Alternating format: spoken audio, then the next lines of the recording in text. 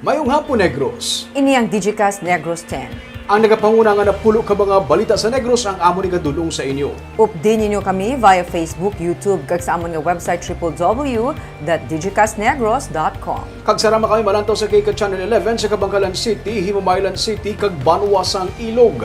Kag yari na ang top 10 nga mga balita sa Negros subong adlaw. Nagdangat na sa 24 ka mga empleyado sa Bacolod nagpositibo sa COVID-19.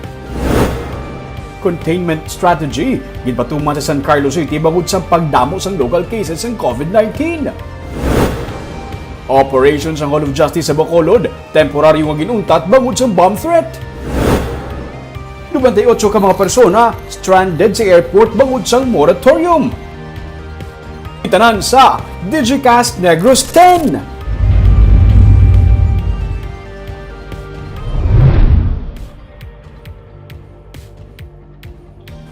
Sa number 10, krimen sa Bacolod ang naglubo sini nga tuig kuni ipaanggid sa nagligad nga tuig sa first quarter.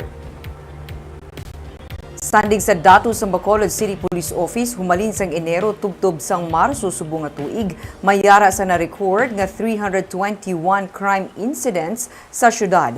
Mas manubo ini sang masobra 19% ikumparar sa 397 crime incidents sang amuman nga mga binulan sa nagligad nga tuig. Sunod sa BCPO, ang pagnubo sang kaso sang krimen sa syudad ang mahimo bangod sang pagpatuman sang minimum health protocols batok sa COVID-19 nga nagbulig sa peace and order sa syudad kasubong man ang mga ginapatigayon nga pulis kag anti-criminality operations sang BCPO. Samtang naglabot man sa malapit 2 ka milyon ang balor sa na-recover nga illegal nga droga sang BCPO sa 48 tanan ka police operations sang bulan lang sang Marso. 67 man ka mga drug personalities ang nagkaladakpan sang nagligad nga bulan.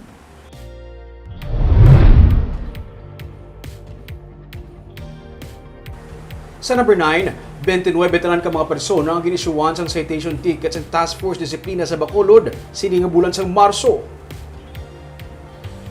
Kada adlaw, nagalibot sa mga pampubliko nga lugar ang mga katapos ng Task Force Disiplina para magsaway sa mga wala nagasunod sa minimum health protocols. Sunod sa pamuno sa Task Force nga si Wilfredo Jolingo, ila ginisyuan sang citation ticket ang mga wala nagasuksok sa face mask o kung face shield. Kag ila naman nga ginasaway kag ginaakigan ang mga yara ang face mask kag face shield pero hindi eksakto ang pagkasuksok sini. Problema man sunod sa kay Jolingo nga hindi pagsunod sa physical distancing bangod badamo sa nagakalipat. Base sa ordinansa, sara nga magbayad sa multa o kung ma-community service sa barangay ang mga maisyuan sa citation ticket. Nagapahanundom ang task force sa publiko nga istriktuhon ang pagsunod sa minimum health protocols. Ilabi na karon nga nagasaka na naman ang kaso sa COVID-19 sa syudad.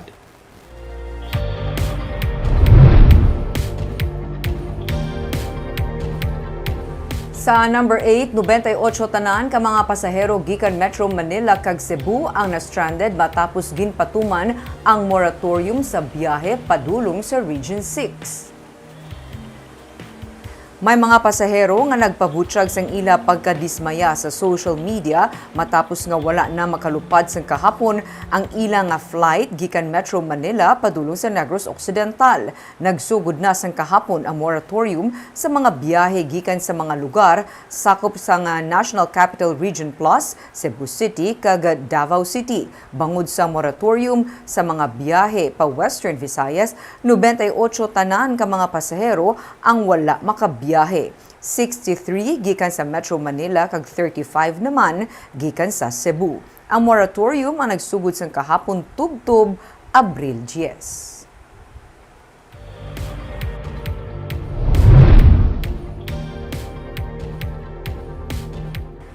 Sa number 7, may 55 tanan ka mga bago nga kaso sa COVID-19 sa Negros Oriental, 67 sa Negros Occidental kag 35 sa Bacolod City. Naglapaw na sa 2,000 ang kaso sa COVID-19 sa Bugos nga Negros Oriental ini matapos mag-record kahapon sang 55 kadugang nga kaso. Kalabanan sa bago nga kaso ang yara sa Dumaguete City nga may 16 ka new cases. Nagsaka na sa 36 ang active cases ng COVID-19 sa Dumaguete.